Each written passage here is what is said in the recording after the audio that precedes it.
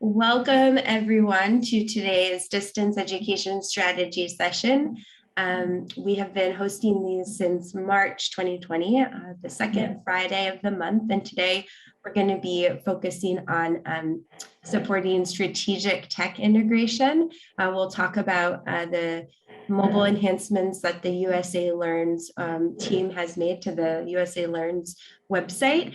And we'll also be unveiling a really great resource, the EdTech Integration Strategy Toolkit that you can use in your work. Before we get started, I'm going to turn it over to my colleague Ebony, who is going to be sharing more about the Zoom features and how to engage in today's webinar.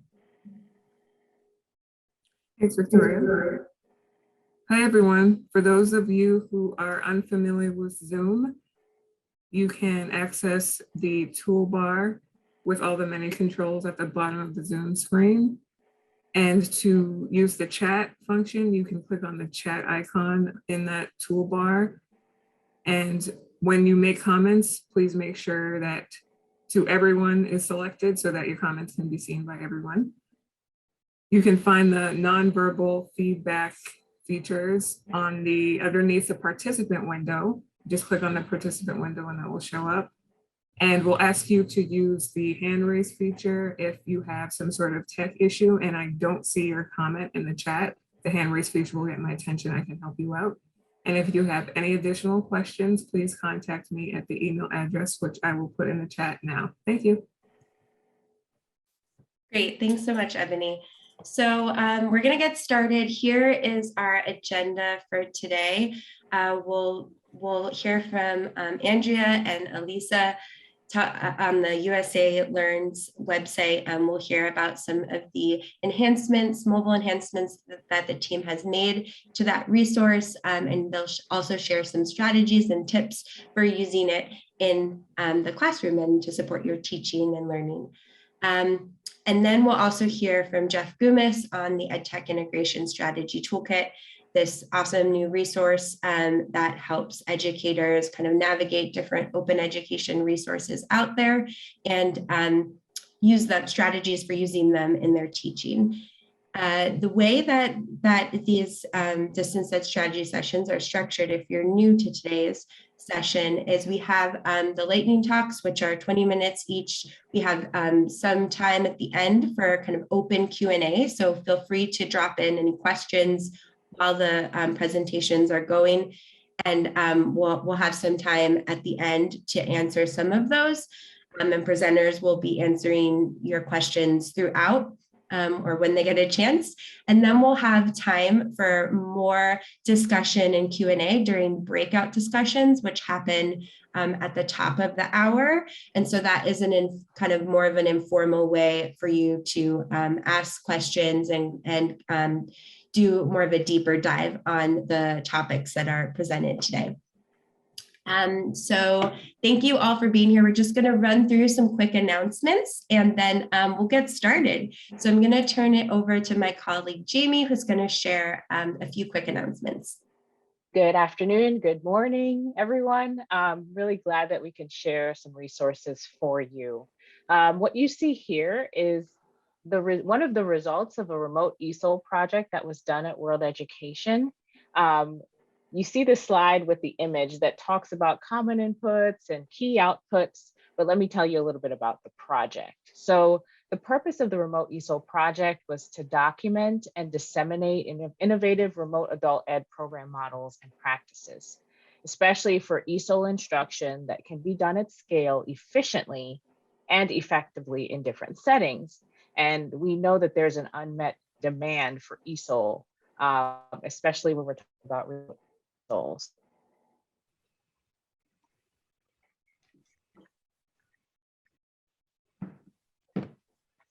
Jamie, we lost you. The screen are a few products. There are case studies for 8 programs. We have creating equitable access to remote adult ESOL instruction. We have key decisions for remote program design and implementation. We also have promising remote ESOL practices and the transformation of adult ESOL learning practice and policy brief.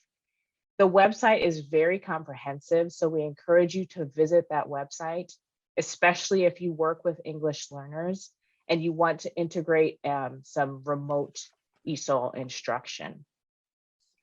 The second thing I want to share with you is the Digital Resilience in the American Workforce project. Very, very excited about this project. And not only am I excited about it because it deals with digital skills and digital resilience and digital literacy, but we get an opportunity to hear from you, the practitioners. The ultimate purpose is to better prepare adult education practitioners to support learners who may struggle to fully engage in tasks that demand the use of digital technologies. And as you know, digital technology is everywhere. So we are currently in a part of the project called the Landscape Scan. I want to thank those of you who have submitted responses in our questionnaire. We have created a shorter version for those of you who did not have an opportunity, and it will be open until November 19th. So visit our project page, one, to participate in the questionnaire and also to become a part of the listserv, but also to continue getting updates about the project as it continues over the next 3 years. Look forward to hearing from you and getting your insights. Thanks. Thanks so much, Jamie. One last reminder is Links has an integrating technology group, and they have discussions on a regular basis. And the next one is slated for November 17th on technology tools for history or social studies. And we encourage you to join that. We'll be dropping the link in the chat. You can learn more about that session. And without any further ado, I'm going to turn it over to colleagues at USA Learns and Garden Grove Adult Education, Andrea Willis and Elisa Takeuchi. Thank you both so much for sharing your work today, and really excited to learn more about USA Learns. So I'm going to stop sharing and turn it over to you two. Wonderful. Thank you so much. I'm so excited to be with you today.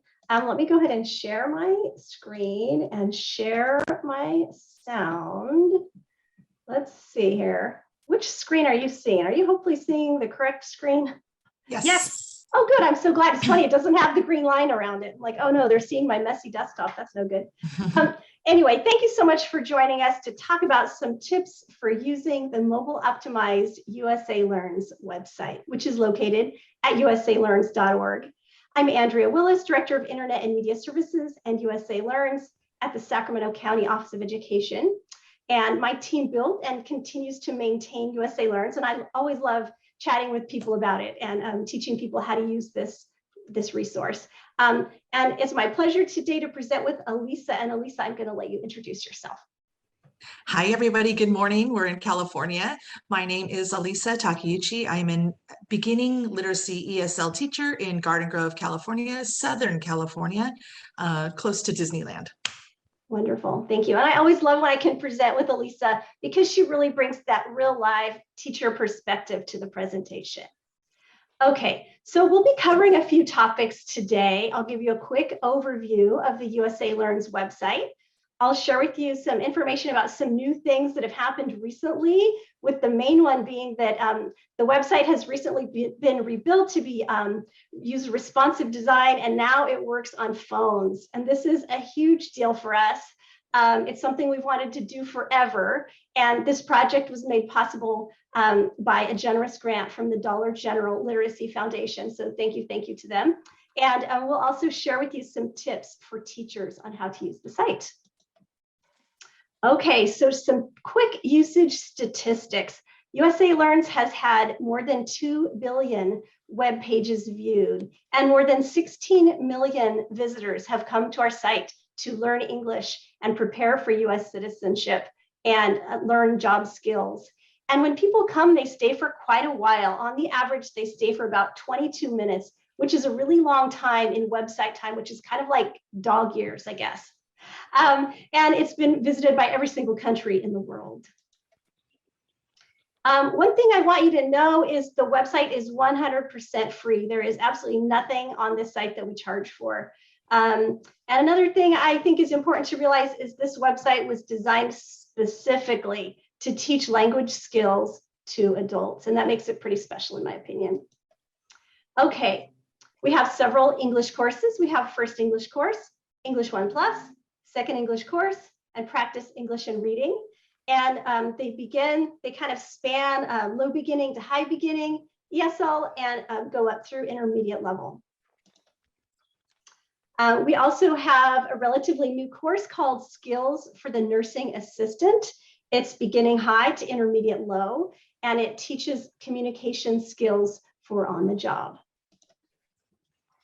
And we also have the USA Learns Citizenship course, which is truly near and dear to my heart. It's high beginning to low intermediate level. And what I love about this one is that it helps learners prepare for all aspects of the naturalization interview, including those difficult N400 questions.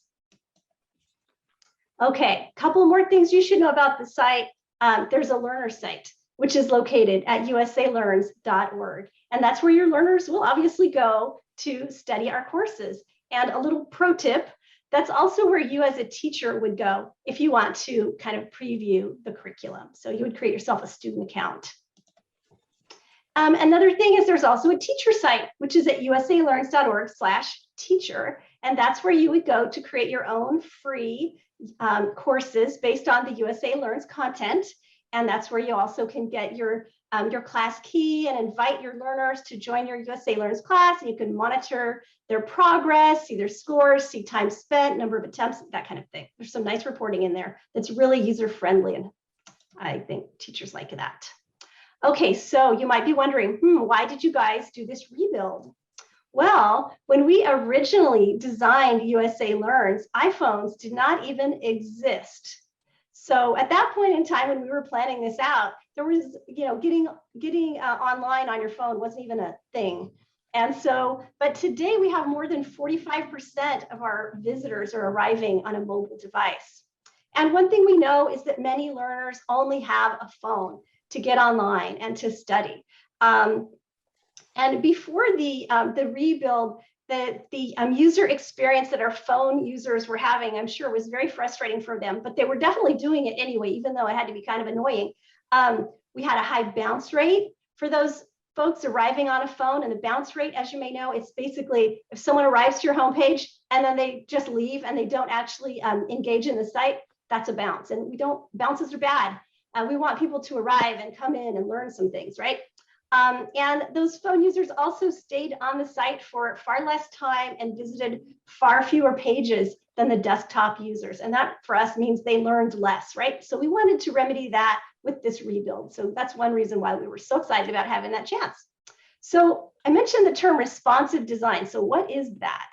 Okay, so it's a web development approach that automatically changes the appearance of a website depending on the screen size and the orientation of the device being used. And I'll share with you from a technical development perspective, it was a big, big job. For example, each of our activity templates, we had to build basically 6 versions of every page. If you're on a desktop, if you're on a tablet, if you're on your phone this way or the phone's this way. So anyway, it was a big job, but totally worth it. Okay, so let me share with you some examples of what the site looked like kind of before the rebuild and after the rebuild. So this is a sample of what it looked like before on phones. You see this, the activities getting kind of cut off on my phone. And so I would have to scroll over to the right and see the whole activity, which that's just annoying. But now we're doing some nice resizing of things depending on the device. And here's another example. This is a multiple choice question where we're seeing an image on the left and an activity on the right, and you'll see the questions are being cut off, right? So you'd have to scroll over there, and the text was kind of small, and those radio buttons were really tiny, and you had to be careful with your big fat finger to push the right button. So now, after the rebuild, we're doing some cool things. We're stacking, right? We're putting the image on the top, bigger buttons. Now, instead of radio buttons, we have large buttons. You just can click on that answer option. Okay, another little thing I'll point out is that some activities just work better when the phone is, in landscape mode as compared to portrait mode. So, and I think writing is the main activity that comes to mind. So whenever your learners arrive to a writing activity, they're going to see an image that looks like this, and we give them a helpful little graphic in case the English is tricky, rotate your phone. So they rotate their phone and now they can do the activity. All right, so let's check out a few things on the site. So here I am on our recently rebuilt homepage, which, you'll see it looks similar, but it has a kind of a more current look, which we were excited about. If this were my first time here, and it's not, I would click on this big red Start Now button to register as a student. And so one thing I'll point out to you that's new is we added this nice little security piece down at the bottom. It's a simple math problem, 1 + 5 =, and here I'm going to type my answer, and that's just a part of the registration piece. Okay, but let's go ahead and sign in. I'm going to sign in using my student account information. And here I am on the My Home page, which again looks similar, but a little refreshed, right? So this is where you'll see a list of all the courses that we have. And one thing I'll point out on here that's a little different, if you're used to how the site was before, when you're a teacher and you give your students that class key so that they can register in your class, this is where your students will find that Enroll in My Teacher's Class button. We moved it up to the top instead of being on the right. Okay, so let's just, we're gonna just pop in and I'm gonna just show you a few quick little things in here in the first English course. So here we are on the unit menu, and you'll notice we have 20 units in this one. Starts with first English class and the classroom, et cetera, et cetera. Today we're gonna just take a peek into celebrations. And here we are on the lesson menu. We've got the introduction and vocabulary. We've got some language practice, more vocabulary. And today we're gonna look at language practice 2. Okay, so in this lesson, the students in this adult education class that's in the video, they're planning a party for their friend because it's her birthday. And so while I'm here on this page, I'll show you. So this is the status column. So if a box is filled in blue, it means the student completed it. White means they haven't started it. And if it's half blue and half white, that means they've done some of it, but not all of it. All right, so let's just look at a few little activities in here in inviting people to a party. So Maria is going to call her friends. Okay, so here we are, and I can click the read text button to see the words that she's going to say. I'm going to fast forward so you don't have to watch Maria wants to have. Let's see if I can just get a little closer to where she's actually going to start talking. I think she's at about there. Hopefully you can hear that.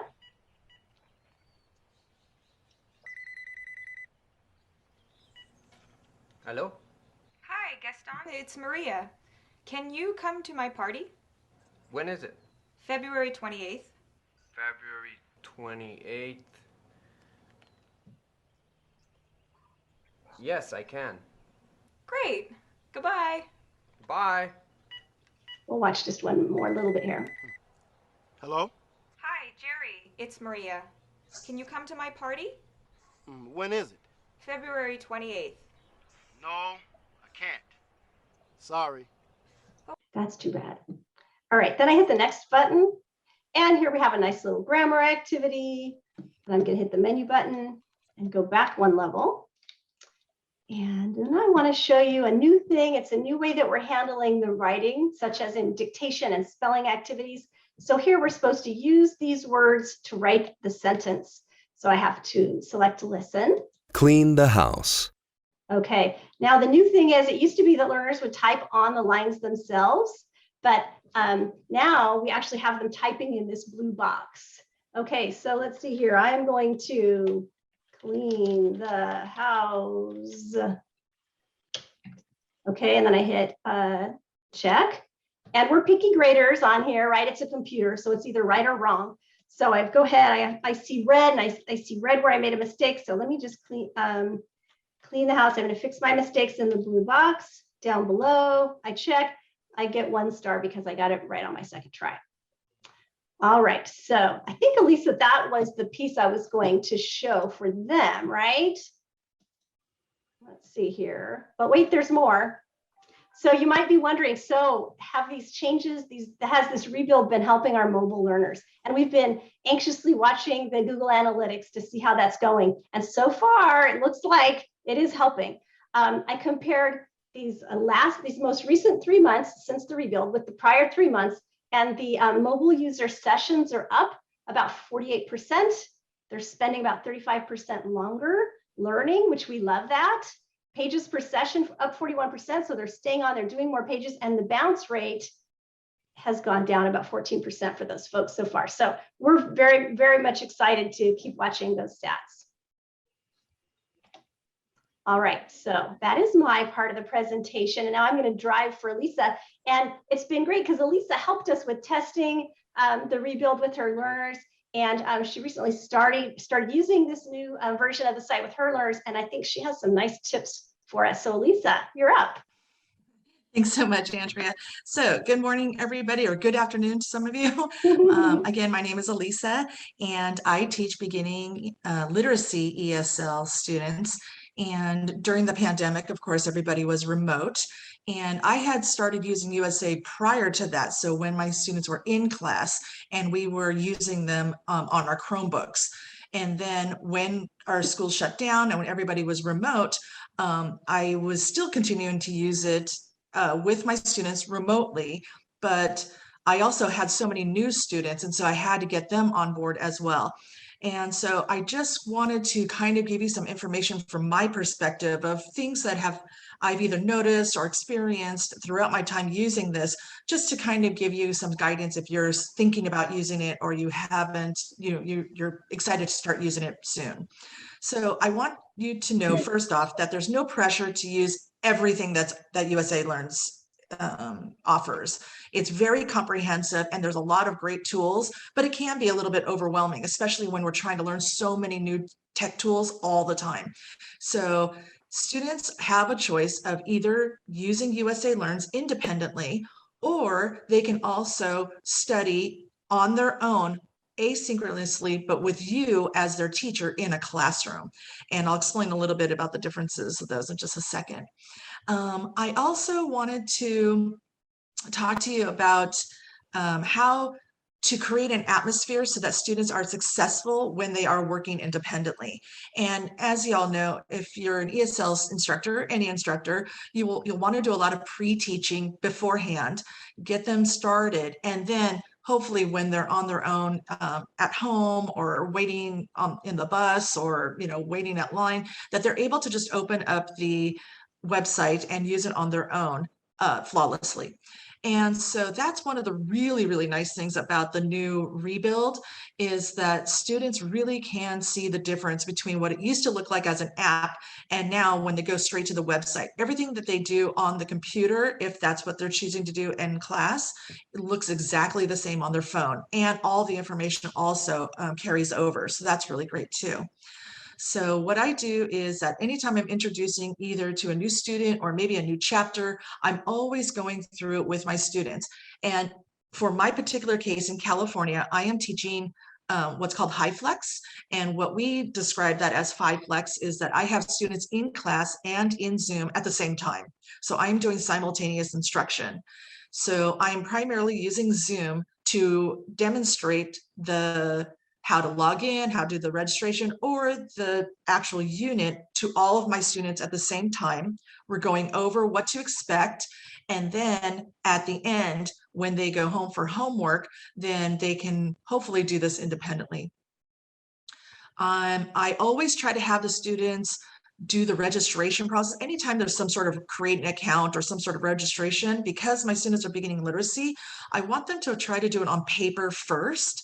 So I have created some sort of handout or printout or on a Google form, what it's going to look like so that they can fill it out and I can check it prior to them actually going to the site and registering, so that it's a seamless transition from on the paper or on some sort of digital notebook into the actual site. So then they're going to register and they're not going to have any problems with errors.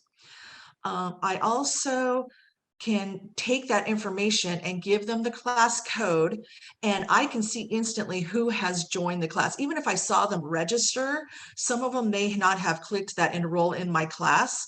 And so I can show them, oh, I see you're on USA Learns, but you're not in my class yet. Don't forget to do the class key. So that's kind of one of the nice features of the teacher site, and that I can monitor my class roster.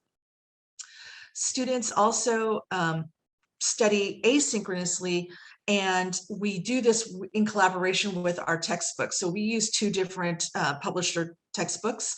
And what I do as the teacher for prep is I find the units in our textbook that correlate with the units in USA Learns, and I meld them together so that they're using USA Learns as an addition to and as a supplement to our core textbook. Also, that also applies to EL Civics, if any of you understand what EL Civics is, for WIOA funding. I can check their progress as a teacher if I have a teacher account and they are enrolled in my class, and I can see the time that they've spent. I can see what unit they're on, if they've completed it, and whatnot. And then also in my class, I have many students who come through and they're learning English through us, but then they're also trying to learn English because they're at some point want to turn in their application for citizenship. And so if I kind of hear through that, or if we're doing a needs assessment and I see that one of their needs is that they want to get their citizenship, I can easily recommend the USA Learns course, because it starts them from the beginning. It goes through the whole segment of the process of getting a US citizenship, from the application to the interview to studying for the questions. And so many of my students just do that completely on their own. Next slide, Andrew. So I just wanted to show you a look of what a student roster could look like. So this is actually my class, and you can see the students' names are on the left. They would have their email addresses, where it's all blocked out. And then it shows when did they enroll in the course. And then the most important one for me is when did they last access the course. So I can see some students have accessed it very recently, and so they're continuing to work on it. And some of them maybe not so much. Either they have forgotten about it, or they're too busy, or things like that. And that's okay, because I can now go through and I can kind of gently nudge them and say, hey, don't forget, practice USA Learns. Even if I don't assign it as homework, then you can always practice it on your own. And if you notice at the very, very bottom, the student, she doesn't have a last access. That means that she has created an account, she has registered for my class, but she hasn't done anything yet. So she is a fairly new student. So I would remind her that, hey, don't forget to go ahead and start your class. Go ahead and next slide. So I want to give you some tips for asynchronous instruction. And I wanted to let you know that it's twofold. So all the units can be done independently, like I said, either by themselves without a teacher or a classroom, or they can also be done independently with a teacher in a classroom. And so some of the units that I have melded together with our textbook work perfectly. There's grammar points that are the same, the theme is the same, the vocabulary is fairly the same, but then there's some other units that really didn't fit anywhere. And so what I do is I highlight those units and say, if we have a long weekend, or if you want to study more, use these units, because I don't really want them to move forward in a unit that we're going to be doing in the future. So I do have some extra units for them to practice on their own if they want, and many of them do. I always go through a routine with the students, in that we start the unit, we do it together, and then we do some work as pair. The students get together with pair. I want to engage them in an activity that they are working with another person in the class, either in a breakout room or in the classroom in a group, to talk about the vocabulary and some of the concepts, maybe the grammar. And then from there, we are moving on to USA Learns, and then they will do their work independently, come back to their partner, that same partner or group or breakout room, and continue to work on a prompt. And how does it compare? So with USA Learns and our published textbook, how did the vocabulary compare? Or what words did you see in the same? Or what vocabulary, what grammar point was the same? So they're always continually supporting both the textbook and the USA Learns with their partner to demonstrate understanding. As we are building the skills. So again, this is beginning literacy. So everything is slow, slow, slow. It's repeat, repeat, repeat. It's very step by step. So we are starting, so I am just starting week 9. I just finished week 9, and we're just starting to delve into Google Slides. And some of my students that were in my remote class previously, we had done Google Slides. It was not a problem. But for all my new students, we really want to build up their digital navigation skills. And so we are going back to very, very simple slides. And I am going to promote how they are going to work together with their partner. And so we also use Google Forms. I do use Google Forms every day with them with a daily check-in. So they're very familiar with Google Forms. We could use Jamboard if we're in Zoom. That will probably be in the future. Padlet again, and then Flipgrid we actually did use during remote instruction during the pandemic. So my students do actually feel comfortable with Flipgrid. So as time is going by, I'm able to give students a choice in how they want to demonstrate their understanding. Some of them like presentations, some of them like making a video, some of them want to do a Google form. And so for me to empower them into giving them choices, then it allows them to feel more successful and to build their own path of how they learn. Next slide. So I just wanted to show you a very quick, just a really quick overview of how maybe I would do one of my lessons. And this is using the same unit that Andrea had talked about earlier. And so it just happened to be that in my 2 different textbooks, one is about family and the other one is about daily routines, but they both happen to have a little picture about a party. So I decided to use both of those pictures to talk about having a party, which really correlates with the USA Learns. So next slide. So what we do is after we have learned our information from the textbook, I have opened up a Google Slides. And like I said, I'm a little bit more focused right now because it's still new. I have created a slide for 2 students each slide. So as you can see, Irene and Tien are partners. So I have kind of forced the partnership. And what they do is they open up the slides and they find their names and they know who their partner is. And what they do is they get together and now they're going to create a list. So they are going to have a party and who do they want to invite? And so the question is, can you come to my party? And as you can see, their typing skills still need some work, or, the punctuation still needs some practice. And I just let it go for right now because I really want to just get their ideas on the slides. The idea right now is the focus of the digital part of it. So they created their little list and they have like some students, and they asked the students in a totally different group, can you come to my party? And some of them said yes, some of them said no. And then we also have a married couple. So they actually got to practice the yes, they can. So again, it really ties in and correlates exactly with the grammar points that USA Learns practiced. So That's next great. slide. So now that they've gotten together and gotten other slides, we go into USA Learns, and I've shown them through Zoom, through presentation, sharing my screen, how the unit will work. And what they're going to do now is that the focus is they're going to watch that video that Andrea had showed earlier, and they're going to focus listening on who did Maria invite. And so on the next slide, they go back to that same slide, they have their list, and now they have Maria's list. So they listened that Maria invited Gaston, he can go, and Jerry said, no, he can't. And again, so it's really tying this information together so that it's a full circle, and it's not just some activity that I'm doing just to have them do it. Next slide.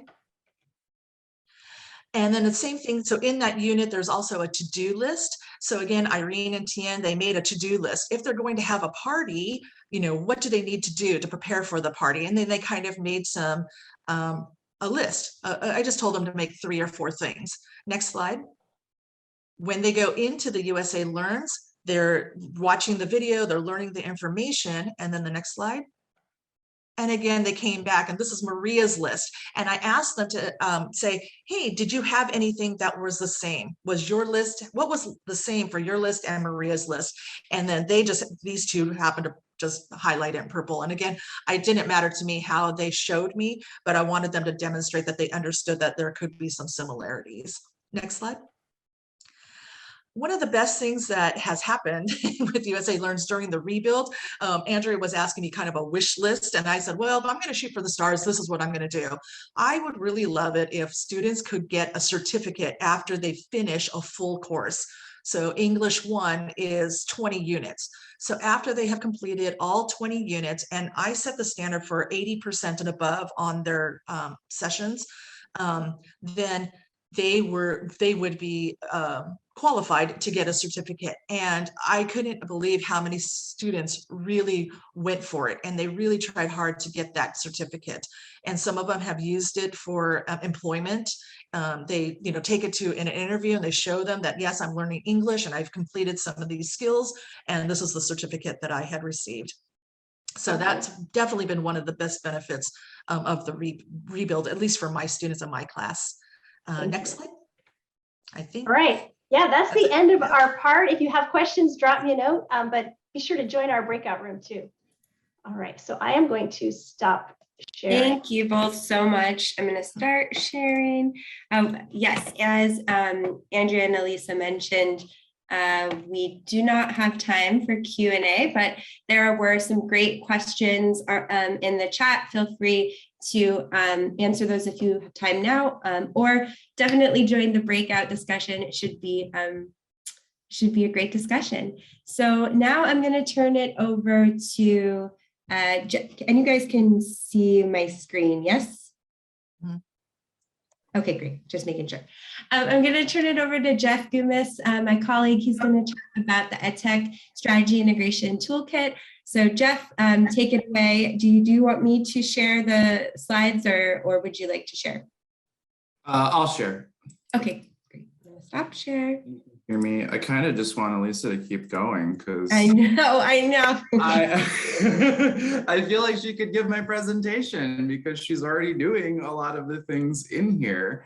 I guess what we're going to do is sort of put language for teachers around some of the things that Elisa is doing with her students using USA Learn. And some of the connections you are going to see are intentional because what I really wanted to do in presenting for the first time out loud this strategy integration toolkit is to show some tangible examples of what we mean by an EdTech routine and how you take that and use it with your students on a regular basis, whether it's something you do through activities you're creating on your own or even based on curriculum that you are using. So this is a new tool that we basically launched a month ago, soft launched, and we are going to be making updates to this tool over the course of the next couple of months, but it is live. It is available for you to use. There is a link, Victoria, I think in the notes on this slide, if you could share that out. But if you have a mobile device on you right now, I encourage you, and I'm going to leave this up for a few moments while I explain what the toolkit is. Scan this QR code on your computer screen to your mobile device, and this will add the app to your phone. And just really quickly, it is a browser-based app, which means it acts like an app, but you can't get it from, say, the Apple or Android App Store. So when you scan this and launch it on your phone, it should prompt you, if you're on an iPhone in Safari, if you're on an Android or Pixel phone in Chrome, it will prompt you to add this to your home screen. And once you've done that, it creates an icon on your home screen. And every time you launch that icon, it operates like an app. And we're using an app-based format because, as I said, we are going to be making a bunch of updates over the course of the next 2 months. And in particular, we're going to be asking you for input and feedback on what you'd like to see within the app and what additional features or information or in particular focus skills maybe that you want us to put in there. So on this slide, as was asked earlier by one of the participants, you will get these slides afterwards as a PDF.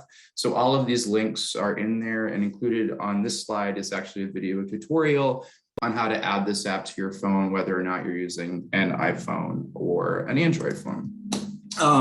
So our goal with this toolkit is to really help teachers transition from sort of trying out different new tools that we see everyone reaching for, and we have seen over the past 18 months, to being a bit more strategic in their approach to how they are using technology with students. So obviously at the start, it was just use what you can use what certain learners can access.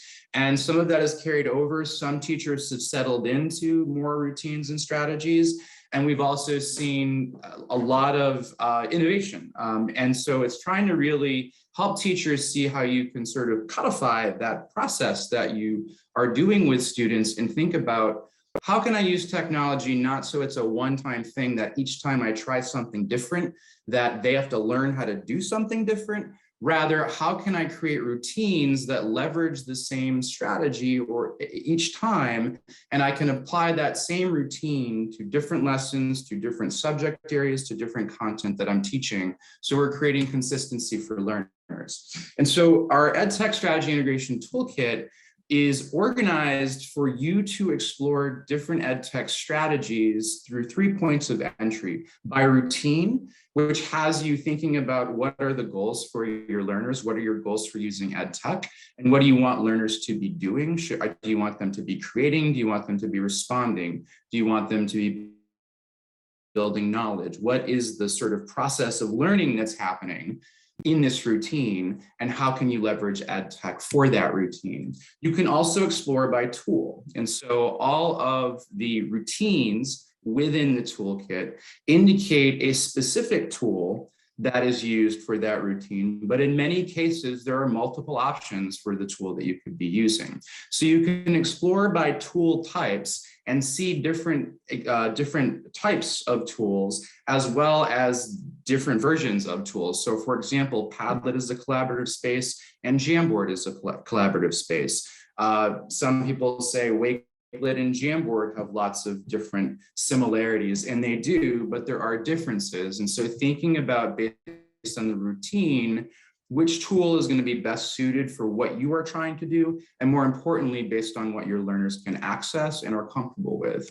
And then finally, you can search by skill. And so one of the things that we're really trying to focus on at the EdTech Center in our professional development offerings is to think about not just using technology for technology's sake, but thinking about, when we are being strategic about the use of technology, what digital skills are learners developing when they do a routine? If you're having students communicate in any type of open space, there's replications for what that means and what they're doing in their day-to-day life. If they're posting to social media, you know, that is a communication skill that you are communicating out into a broader audience. So how do you tailor what you're saying in that context versus in a text to one person or into an email? So when we're leveraging these technologies, it's providing explicit guidance for you to think about, what are students doing and how can I be explicit about the skills that they're developing when they're doing it? So it's not just, again, using tech for tech's sake, but we're creating true learning around digital skills that students are developing. So I've said routine a bunch of times, even though this is a strategy toolkit. So I want to just be sort of clear in terms of the vocabulary that I'm using. So again, we want sustainable routines. And in my book, at least, this is not an authoritative definition per se, but this is what I believe, that if something is replicable, that means that it can be incorporated into your regular practice, that you can hopefully use it whether you're teaching remotely or in person or synchronously or asynchronously. And you can use it in different subjects and topic areas. And the reason I say that is this flexibility has been something that I've been really trying to say from the beginning of the pandemic, because all of this time we're investing in using EdTech and trying EdTech. My hope is that we haven't been doing this just because that's the only way that we can engage with learners, but those routines that you're developing with students, can they be transferred into in-person so that when you are doing whatever mode or model of learning you're settling into now or in the future, that those routines can carry over, and that creates that true flexibility depending on sort of the setting and context that you are working in. So on the right-hand side, I have two examples of, say, a routine such as a KWL chart. Now, I could do a KWL chart in a bunch of different tools. We'll look at that in a second. But in this case, I'm supposing maybe I use a spreadsheet like Google Sheets or Microsoft Excel,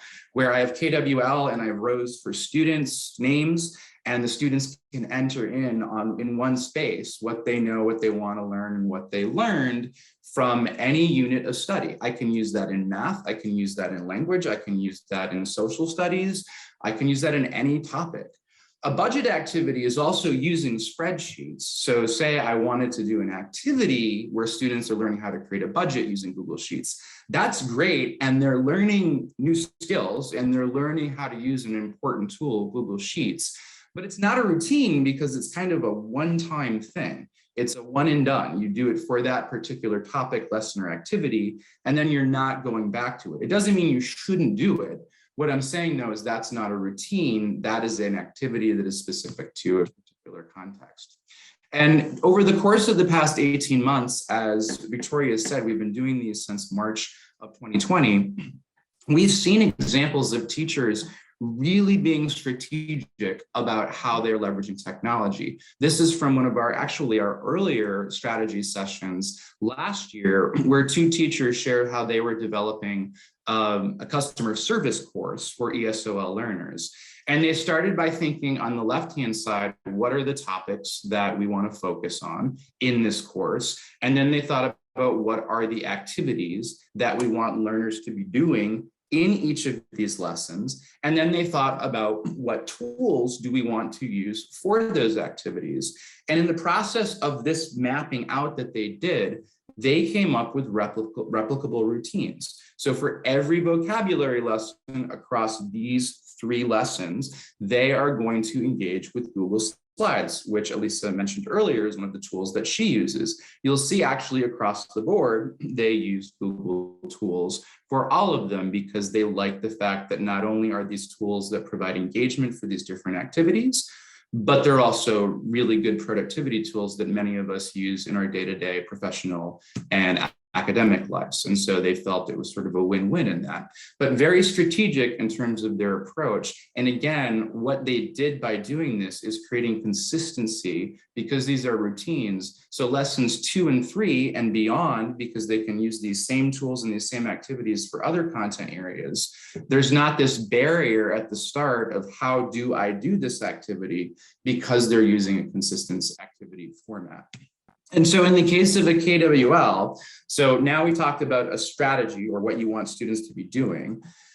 Thinking about the tool that you might use, a KWL chart, the example I gave was a Google Sheet or a spreadsheet, but you could also use Google Slides. So Google Slides, that's something that's very presentation friendly. I could create a slide for every single student. In this case, I actually, again, because Andrea and Alyssa shared that they were going to be talking about the celebrations activity in USA Learns. You could do a KWL chart for every lesson in USA Learns. And you could use slides as the tool. So maybe you want students to be engaging with different tools where they might be able to add images or other things and developing their skills in that particular tool. Or I could use Jamboard, which has become increasingly a very popular tool with teachers that allows for similar sort of engagement and collaboration and allows students to be doing this same routine. Or I could be using something like Google Docs, where I create a shared doc that everyone has a page in the doc and they fill it out in that. All of these have advantages and disadvantages based on your students, your context, their access. and the skills that you want to develop. But the strategy toolkit is designed for you to see that there are these options, and then to think about if this is a strategy that you want to do, or if this is a tool that you use and you want strategies for that tool, or if this is a skill you want to develop with your learners, that you have the ability to explore effective routines with your students using all three of those. And so I just skipped ahead in my presentation by talking, but that's sort of the point here. In the middle, we have a routine. And this routine, which we're going to look at in a second using USA Learns, is sharing information using online bulletin boards. Well, that connects to two different tools and or more, because I'm sure many of the people on this call have other ideas for how they might do this same routine. But when you're in that routine, you can hop into online bulletin boards and you can see other routines that use those particular tools.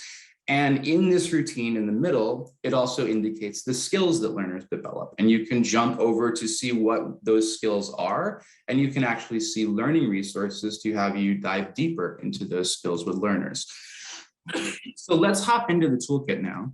And I'm going to escape from here and I'm going to jump into the tool. Now I'm in the authoring environment, and that's only because it's sort of easier for me to present by that. If you clicked on the link that's in the slide, and I'll share that again in the chat, you can view this on a desktop computer.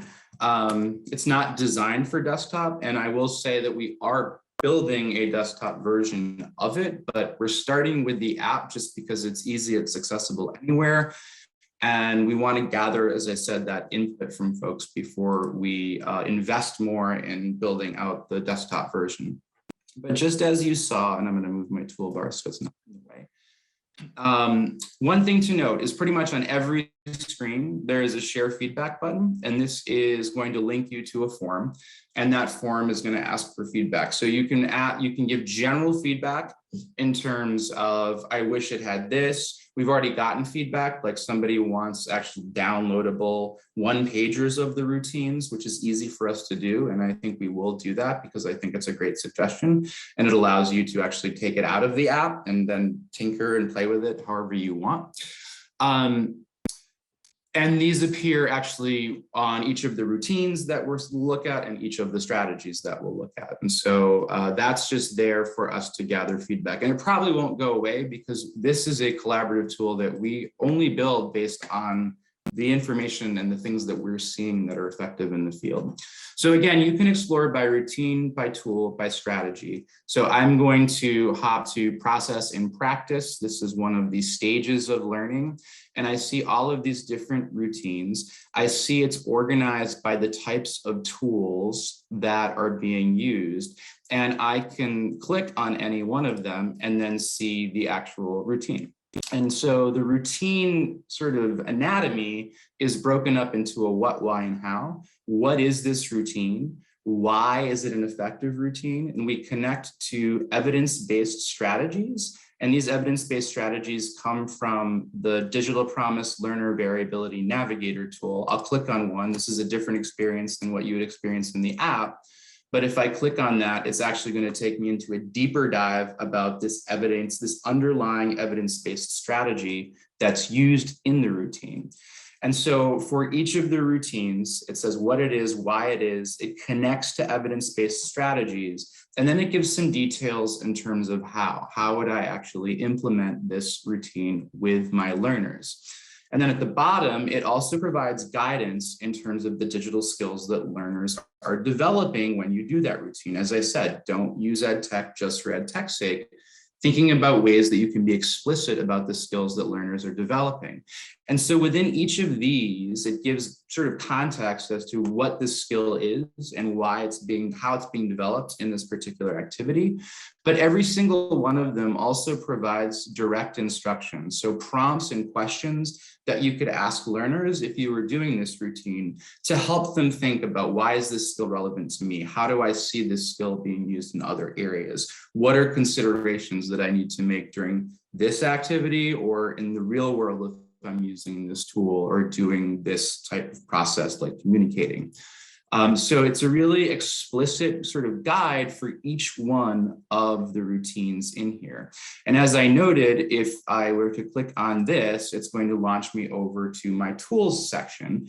And these are different tools. So maybe I don't use Mentimeter, which was the example in that routine, but there's 3 other tools that I might be able to use for that same routine. So it's helping not just say this is a routine you can use, but also giving you options for the types of tools that you might use for it. So just real quickly, because I know I'm short on time, it's organized into EdTech tools. And so you might have a tool that you know you have to use with learners, right? So maybe that's where you decide to start, that I'm using Google Forms, we use Google Classroom. So I want to see what are the routines that I could use using quizzing and assessment tools. Google Forms is one of them. And then this will launch me over to one of the routines that's in here that uses Google Forms. There's a number of routines that use Google Forms. And then digital skills is another way that I can explore. And this is the most actually expansive section within the toolkit, because we worked with teachers in the spring of 2020 to build out a digital skills library. So I've mentioned that all of these routines connect to these digital skills. All of the digital skills are organized within the app according to a framework called the Seattle Digital Equity Initiative Framework. And just to note, the slides that you get, there's a lot more in there than what I'm going to actually present through today, because I just wanted you to have that guide. But you have the ability on the skills side to explore each of these skills. And you also actually in the sidebar could just do the skill index. But if I want to focus on communication skills with my learners, I can click on something like post on social media, and I can see what the skill is. I can see what it means to have this skill. And then I can see learning resources that I can use with students, as well as strategies that use this skill. But in this case, it's posting on social media. So GCF Learn Free, these are the first 3, but if I click on See All, these are all of the courses, articles, videos within GCF Learn Free that focus on posting on social media. And so I can now go to each one of these and I can launch it, I can copy the URL and I can share it with students. And we are actually going to be taking this digital skills library and building a separate student-facing library as well. But for now, it is in here for you to use. In terms of the activities within each of these things, there are videos, there's articles, we're adding Google Applied Digital Skills, so there'll be project-based activities in here as well. And within GCF Learn Free and another resource that we aggregated as part of that digital skills library activity, there's also quizzes. So you can find the quizzes in each of those skills, but you can also find all of these quizzes that you could share with learners as well. So if I want to find quizzes on email, I can type in email and I can see that there's 2 different quizzes from 2 different sources that I could use with learners to quiz them on their understanding of how to use email. So I know I'm very short on time, so I will very quickly share an example of, if you have a curriculum like USA Learns, how to use that in tandem with the strategy toolkit. So Andrea shared this activity within the celebrations, where I forget the woman's name in the video, but she asked, can you come to my party? And then there's obviously practicing different subject verb conjugations in terms of answering that question.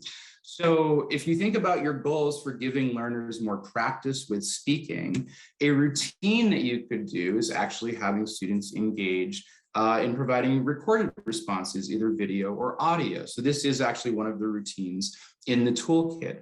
Elisa mentioned she's used Flipgrid and her students know how to use Flipgrid. So that could be a tool that you use. And again, why would you do this? It provides flip learning. It's both of the, Flipgrid is mobile accessible, so it's an accessibility sort of win if you use a tool like that. And then here are evidence-based strategies that explain sort of why this is an effective strategy to use with learners. And then in the strategy toolkit, we say how, and we use Flipgrid in this routine, but you could also use Padlet. And we think about that as a routine now. So here's an example of a Padlet I created that you could use for that lesson. Students could answer with text. Students could answer with audio, or they could actually answer with video, depending on how they want to practice and what they're comfortable with. But it's giving them options. And the nice thing about this, because it is a routine, all of these lessons, I can create sort of activities that have different prompts for students based on the content and the language activity, and then students are practicing their responses in first person, second person, third person, singular or plural. And so that is a routine because I can use that for each of these lessons. It's the same activity. Students know how to use it and gain comfort, and you're giving them additional practice and options, which I love how Alyssa said that, because that's actually what she said. She's giving learners choice, and I really love that concept. So that is the point of the toolkit. Again, I think we both, the USA Learns folks and I have tons to share and are excited. So again, there's more slides in here that sort of share some detail about the skills and how we came up with those and the resources that are in there. But I encourage you to check it out, and I encourage you to provide feedback. And I am going to hand it back over to Victoria, because you're at the top of the hour. Thank you so much, Jeff. I wish I could be in two places at once because I want to be in the breakout sessions for both of these awesome presentations. Just a really quick announcement before I turn it over to Ebony. We have these on the second Friday of the month. Our next strategy session is slated for December 10th. We'll be talking about the HighFlex model. So join, we're hoping to see you all there, join that. And then now I'm going to turn it over to Ebony, who is going to talk through the instructions for joining the breakout rooms. And yes, so Ebony, take it away. Okay, everybody, for those who don't know how to join breakout rooms, it's pretty simple. I'm going to open them up and it'll show you the selection of rooms with the titles, and you just click the join button and it will prompt you to join. Click yes, and it will shoot you right over there. And if it doesn't work, just let me know in the chat or just unmute yourself, and I'll pop you in the right room. So it should be opened up now. Thanks, Ebony. So join breakout room 1 if you want to learn more about the EdTech Integration Strategy Toolkit that Jeff presented on, or join room 2 to chat with Elisa and Andrea about the USA Learns website.